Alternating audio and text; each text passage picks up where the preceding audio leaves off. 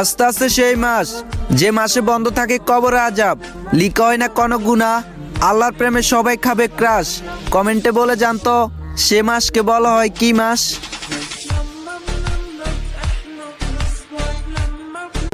মৃত্যুটা যেন নামাজে হয়, দিনটা যেন শুক্রবার হয়, মাসটা যেন রমজান হয়, শরীরটা যেন পবিত্র হয়, সময়টা যেন ফজর হয়,